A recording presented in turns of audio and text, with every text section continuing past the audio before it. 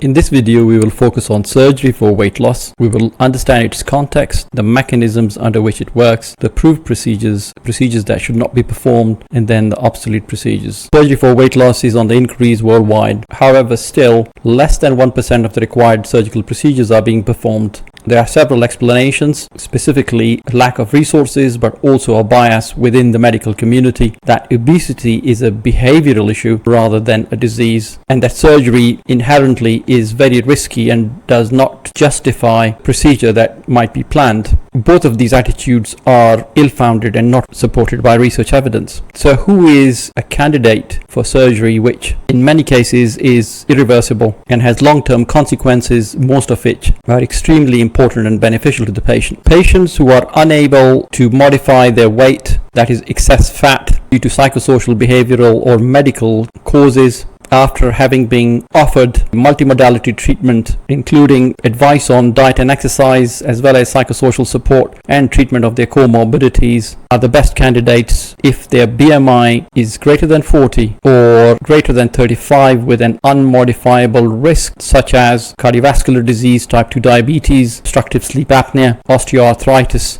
and psychological issues. To understand the mechanism of how bariatric surgery works, let's look at this cartoon drawing. This is the gullet, and food enters the stomach through the gullet, and the stomach then churns it over and passes it into the small bowel over here. At the back of the stomach is the gland called the pancreas that produces by far the great majority of the enzymes that break the food down. On the right, you see the liver that produces bile, which comes down this tube and then enters the small bowel at the same area as the pancreas tube called the pancreatic duct. Bile is very important in the absorption of the fats for digestion.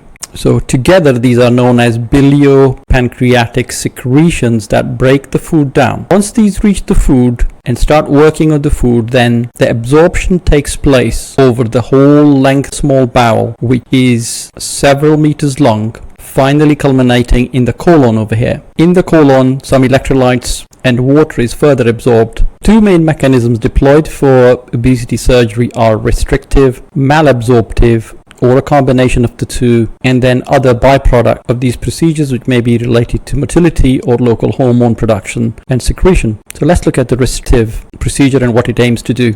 Stomach essentially is a bag that receives the food and churns it over. By reducing the volume of the stomach available to receive the food, causes satiety and fullness and stops the person from eating any further. This is the essence of restriction. Malabsorption is dependent upon reducing the area of the small bowel available to digest the food in the small bowel once the pancreas and the bile mixes with the food along the small bowel. Any reduction in this surface area will lead to less absorption of the nutrients, hence the word malabsorptive. Surgical procedures may also affect the motility as well as the production of local hormones that may have other consequences which are beneficial in weight loss. In this table, we can see how the bariatric procedures are classified as restrictive, malabsorptive, or a combination of the two. The two most commonly performed are the sleeve gastrectomy and the Roux-en-Y gastric bypass. There are several other operations that are now being performed which would fit under the combination of restrictive and malabsorptive that I shall describe shortly. Here is an important list of approved procedures by the American Society of Metabolic and Bariatric Surgery.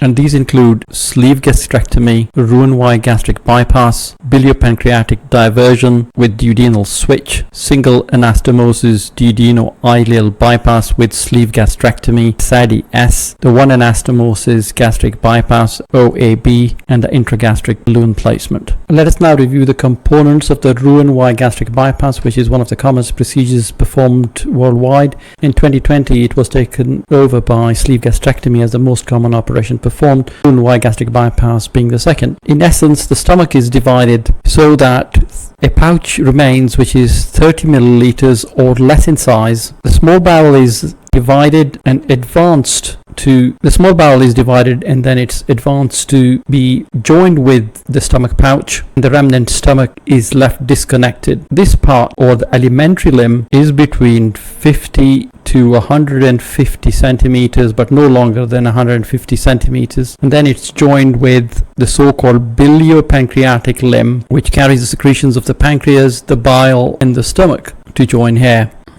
Hence, there is a restrictive element due to the small stomach, a malabsorptive element due to the size of the alimentary limb, and then a local hormonal component that acts to promote weight loss. The success of the Roux-en-Y gastric bypass is 70% excess weight loss within the first 2 years of the operation being performed. Here is another view to denote the path that the food takes. It arrives in the stomach, causing early satiety and fullness. Then there is a bit of a hold up before it enters the small bowel, but does not mix with the juices that will digest it. And then it travels down, finally meeting over here with the bile and the pancreatic juice. And then there is a common channel during which lesser absorption takes place, leading to weight loss. The so-called alimentary limb may pass in front of the colon, as outlined over here, or behind the colon, called the retrocolic route. And then the various defects that arise due to movement of the small bowel and its mesentery or attachment are then stitched up so that there are no recesses that may cause hernia in the future. Sleeve gastrectomy is the commonest procedure performed worldwide for obesity. It is considered safer than the other options, and it does not alter the anatomy drastically. In essence, a bougie is passed down the gullet into the stomach, reaching the early small bowel, and then a sleeve of the stomach is carved out using stapling devices to leave a narrow tube of the stomach that functions as a restrictive procedure but also alters the local hormone excretion, thus affecting obesity. It ends up producing a high pressure channel between two sphincters, one at the top and the other at the bottom. The success rate at 2 years is 60% of excess weight loss, but this varies from patient to patient and is a little less than the Roux-en-Y gastric bypass. The bilio-pancreatic diversion with duodenal switch is a highly complex procedure initially developed for patients with a BMI of 50 or greater. It causes fat and starch malabsorption, may be associated with a high complication rate. It has not been fully embraced by the surgeons performing obesity surgery. In essence, a sleeve gastrectomy is performed and the early small bowel is divided. A further division of the small bowel takes place, which is then advanced and connected to the stomach, resulting in a long bilio-pancreatic limb and a short common channel. The utility of this procedure has declined quite significantly over the last decade or so. The single anastomosis duodenal ileal bypass with sleeve gastrectomy is another complex procedure.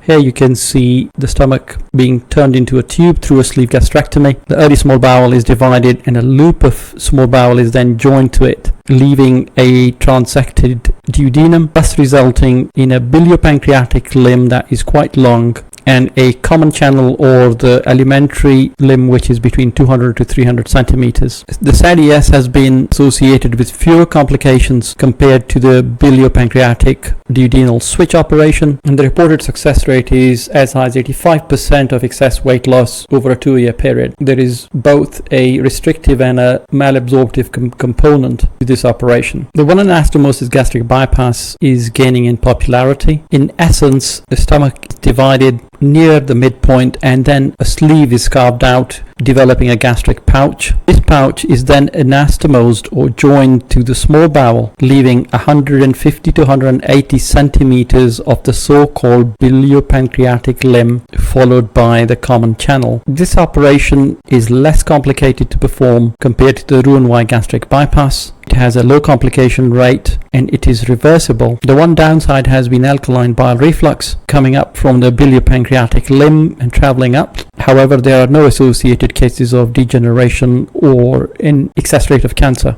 Importantly, the success rate is between 65 to 85% at 2 years, which is comparable to the Roux-en-Y gastric bypass. The adjustable gastric band is a silicone collar that is placed around the top part of the stomach, resulting in a small pouch and a tight exit, thus producing a restrictive environment. It has a silicone tube that is placed under the skin outside of the abdomen that can be adjusted. This procedure has declined significantly in popularity, and less than 1% of obesity surgery is now performed in this domain, and the reason is because it has been overtaken by other more effective operations in terms of weight loss and interventions and revisions required. Most of the bands will require revision, adjustment or removal once these have been placed over the subsequent years, and the weight loss is not as effective as the more popular procedures. However, a 60% figure of excess weight loss over 2 years with gastric band has been reported by large studies. So here's a list of procedure that is not supported by the American Society of Metabolic and Bariatric Surgeons. And the reasons are that either these are not effective, these have not been evaluated fully,